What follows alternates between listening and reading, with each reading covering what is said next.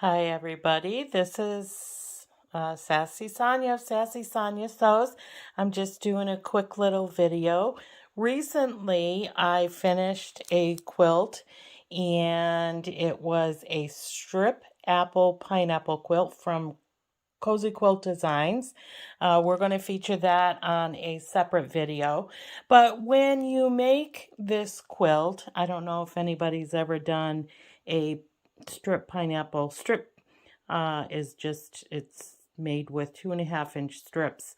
And you have all of these different little triangles here. When you're constructing the quilt, you have tons and tons and tons of these half square triangles left. So what I'm trying to do is what can I do with these leftover half square triangles? In the video from Donna Jordan, she shows you how to make 2 or 3 pillows out of all of the half square triangles. But I'm not really a pillow girl. It seems the quality of the pillows that are used for crafts and decorating the home aren't really functional, and I don't know, you lean on them once, you sit on them once, and they're smushed, so they're like a pancake. So to me, that's not really a fun-filled thing to do. So I wasn't interested in making pillows. So I'm just going through these half square triangles with the leftover things that you create when you cut off all of these little triangles. The directions in the quilt tell you how to do that, and so but it doesn't really suggest what you can do with it. And everybody knows that there's a multitude of things that you can do with half square triangles. So what I'm doing right now is I'm going through and seeing the different things that I can make with these half square triangles. I love the pinwheels, so I wanted to try to do something with the pinwheels, and I love flying geese, so I wanted to try to incorporate flying geese with the pinwheel. So over here you see I have the pinwheel in the center, and then we have 4 flying geese all the way around the pinwheel, and we have the color of the bird, and then this is the sky.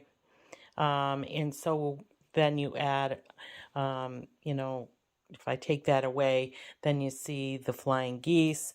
So to finish up a block, then it would be, something that looked like this. I just love how it makes this little leg, so to speak, as if you have an X. And I just like the look of that as well. I've done a couple of quilts with X's and O's, and this is one of the designs that it has. But you see what it looks like when you have the white, kind of simplifying things. The outside isn't anything too spectacular. So I thought, well, what would it be if I did it like this, and still had the pinwheel in the center? I have less of the black and white half square triangles than I do, obviously, of the pink fabrics in the half square triangle. Just because the black, I wanted it to be only sprinkled throughout the original quilt. And so then this is the same as this, but to me this looks a little disorganized and a little choppy, and so having the colors in and having the white as if it's a background fabric looks a little bit cleaner and a little bit more of something that's appealing to my eye. I always feel that if it's appealing to me, hopefully it will be appealing to the recipient. And then I thought, what if we just do something along the lines of this and have, whether it be construction arrows or, just rows of geese flying everywhere. I'm kind of playing around with ideas. So I will take a pause right here, finish up, and decide what I want to do. And I will be right back.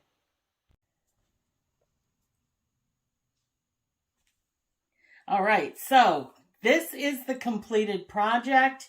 So when I last left off, I was going to finalize the design that I did. And so this is the top, because as everybody knows, I put a pin in the top that tells me what the top left corner is. And so with the half square triangles, this is the design that I came up with. Kind of construction arrows, if you will. And then over here, just kind of like, I don't know, mountains, if you're thinking. So I just played around with the half square triangles. Once I sewed them all, decided on the design and sewed them all together into rows, I went ahead and put on a border all the way around. And then what I did, which I never usually do, but this time I decided might as well, while I was using up things, let me use up some fabrics in order to make the binding. So you'll see that the binding is different all the way around. They are leftover fabrics from what you see inside.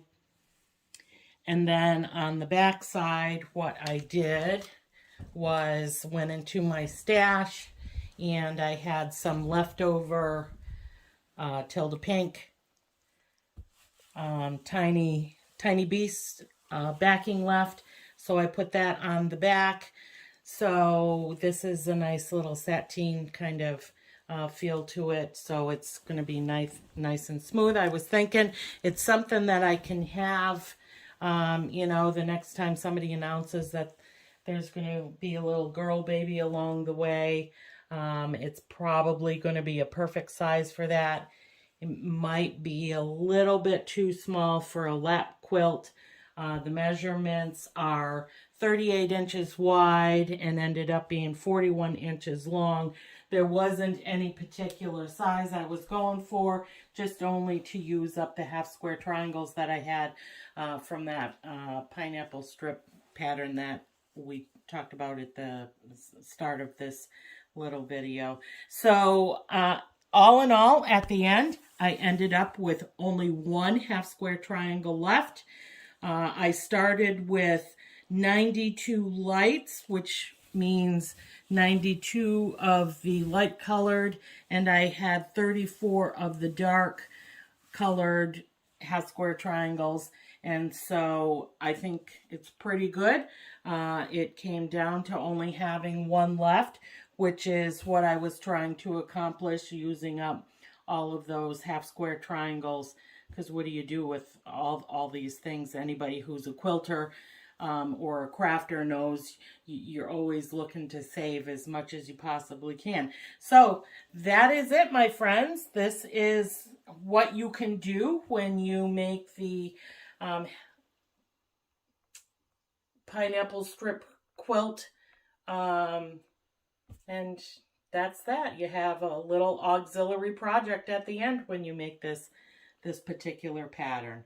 So that's it. And as always, happy sewing.